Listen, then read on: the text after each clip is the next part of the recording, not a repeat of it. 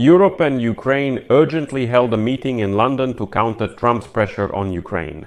Europe put forward its own peace plan as an alternative to the American-Russian one, which will be discussed in Alaska between Putin and Trump.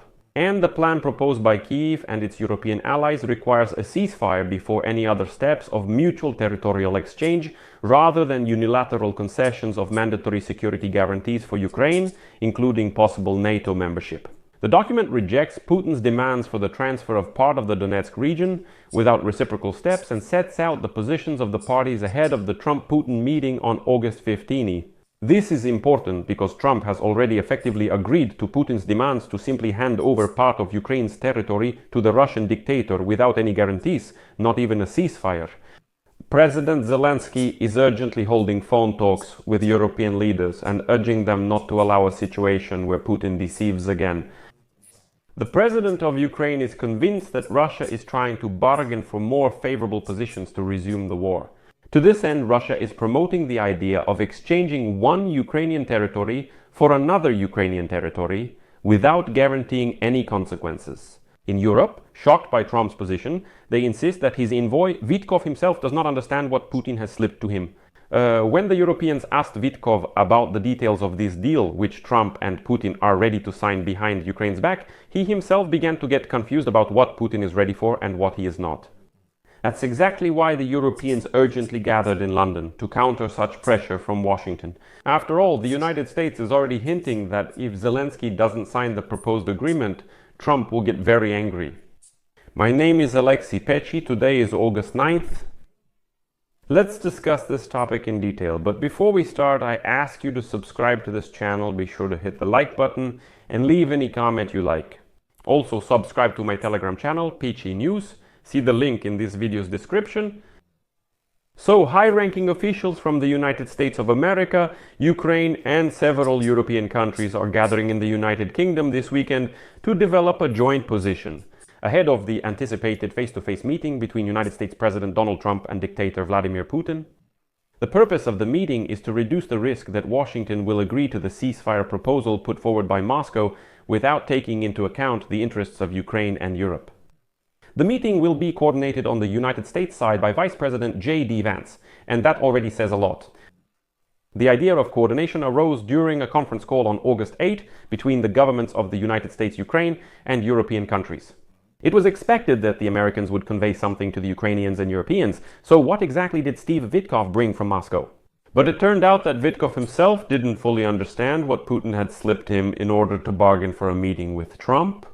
Concerns arose after reports that Trump's special representative, Steve Vitkov, passed something to Washington following a meeting with Putin. The Kremlin's conditions, under which Russia is ready to cease hostilities in Ukraine in exchange for Ukraine giving up a number of territories, Donetsk, Luhansk regions, and Crimea. Some participants in the phone conversation, both Ukrainians and Europeans, got the impression that Moscow might soften its claims regarding the Kherson and Zaporizhzhia regions, which would be a significant departure from the Kremlin's previous statements. The Europeans and Ukrainians became tense here because it looks very strange. Putin repeatedly shouted that he wouldn't concede, and I will explain why. Earlier, it became known that Vitkov conveyed Putin's idea to Trump that the Ukrainian armed forces should withdraw from Donetsk and Luhansk regions. Putin is reportedly only willing to negotiate a ceasefire after that. That is, Ukraine must give up part of its territory without any commitments from the Russians. And supposedly Putin agrees not to seize Zaporizhzhia and Kherson, but simply to freeze the front line there. By the way, regarding Sumy and Kharkiv regions, where the Russians are also actually trying to advance, there are no details at all. When asked, Vitkov mentioned the Sumy and Kharkiv regions. Oh, and what is there to do there? The Europeans asked Vitkov, and where's the guarantee that Putin won't just use this proposal as a tactical move to avoid new sanctions and tariffs from the United States? Vitkov couldn't answer that. But what the Europeans heard from Vitkov was the following. First, Ukraine will withdraw its troops from the Donetsk and Luhansk regions, and after that, the front line will be frozen. As part of the next stage, Putin and Trump will agree on a final peace plan, which will then be handed to Volodymyr Zelensky for signing. But Bild writes that Vitkov himself did not understand what Putin handed to him. Putin's proposal did not mention giving up on capturing Kherson and Zaporizhzhia regions. Instead, he insists that the Ukrainian armed forces will eventually have to withdraw from those areas too. It's just that maybe not right now. Later, Vitkov called the Europeans again and stated that it was about freezing the positions of the Russians in the Ukrainian regions. When they started asking Vitkov for details again, he still couldn't give any clear answers. Meanwhile, various foreign publications are publishing conflicting versions of the possible conditions. And Bloomberg wrote about an option that includes Ukraine giving up the territories of Donetsk and Luhansk regions and freezing the front line in Kherson and Zaporizhzhia. The Wall Street Journal reported that Putin stated he was ready to cease fire, just to cease fire, if Ukrainian troops withdrew from Donbas. Bild says that's not the case. The Kremlin still demands full control not only over Donetsk and Luhansk, but also over Zaporizhzhia and Kherson regions. Donald Trump publicly says that Volodymyr Zelensky will have to sign something, while emphasizing that the options being discussed are complicated and may include territorial exchanges. He doesn't specify which ones. Zelensky has already responded that the answer to the territorial question is already written in the Constitution of Ukraine, and added that no one is going to retreat and no one will give Ukrainian land to the occupiers. Zelensky stated that he is convinced that Russia is trying to bargain for more favorable positions to resume the war.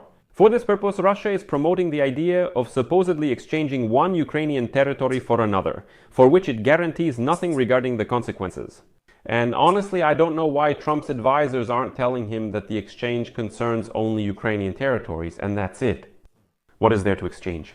So basically, let me put it in simple terms. Your neighbor comes into your 3-room apartment, takes over 2 rooms and the kitchen, and then says, listen, I'll let you use the kitchen a little bit, but you give me the 2 rooms. And that's it.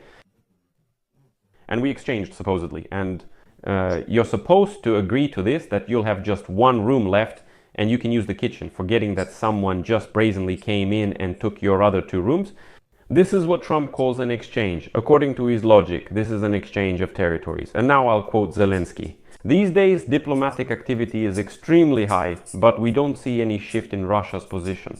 The Russians also don't want to stop the killing. They continue to invest in the war, and they keep pushing the idea of exchanging Ukrainian territory for Ukrainian territory, with consequences that guarantee nothing except more advantageous positions for the Russians.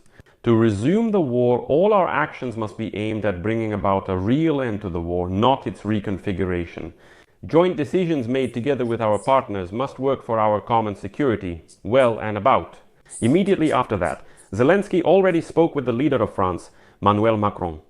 The parties discussed the diplomatic situation and agreed to work as efficiently as possible for a real end to the war in Ukraine. Quote, it is really important that the Russians do not manage to deceive anyone. Once again, we all need a real end to the war and reliable security foundations for Ukraine and other European nations. And finally, I'll give you a telling quote from the New York Times. A direct refusal from Zelensky risks causing discontent from Trump, who has made a peace agreement between Ukraine and Russia one of the key goals of his foreign policy. Even if it means accepting terms that are unfavorable for Kyiv. I'll put an ellipsis here. Share your thoughts in the comments, subscribe to the channel, hit the bell, and like this video. That's all for now. Take care of yourselves. Goodbye, everyone.